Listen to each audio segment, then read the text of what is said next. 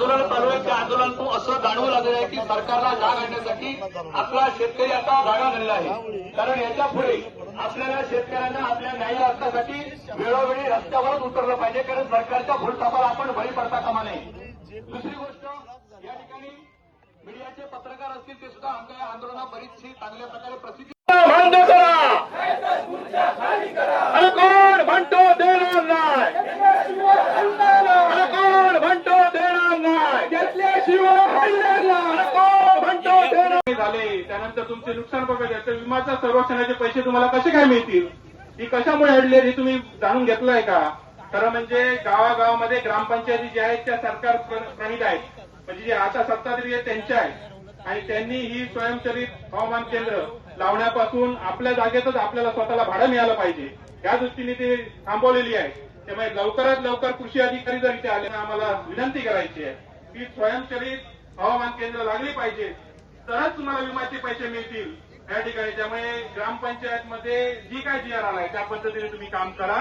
हे आंदोलन चिरडण्याचा प्रयत्न केला गेला, दडपण्याचा प्रयत्न केला गेला, नोटीसी काढण्याचा प्रयत्न केला गेला, तरी पण शेतकरी आज रस्त्यावर आहे, कारण तो खरोखरच भावनाशील आहे।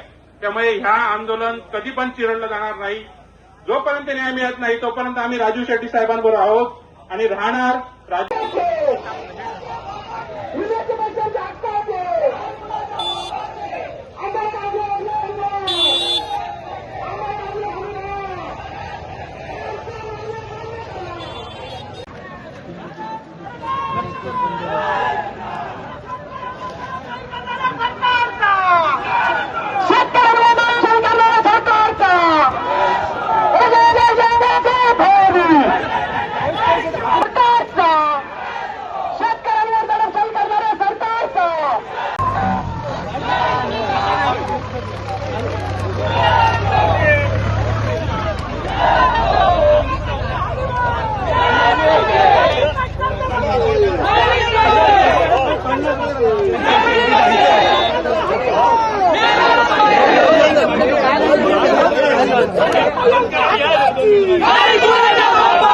नुकसान भरपाई आमच्या हक्काची।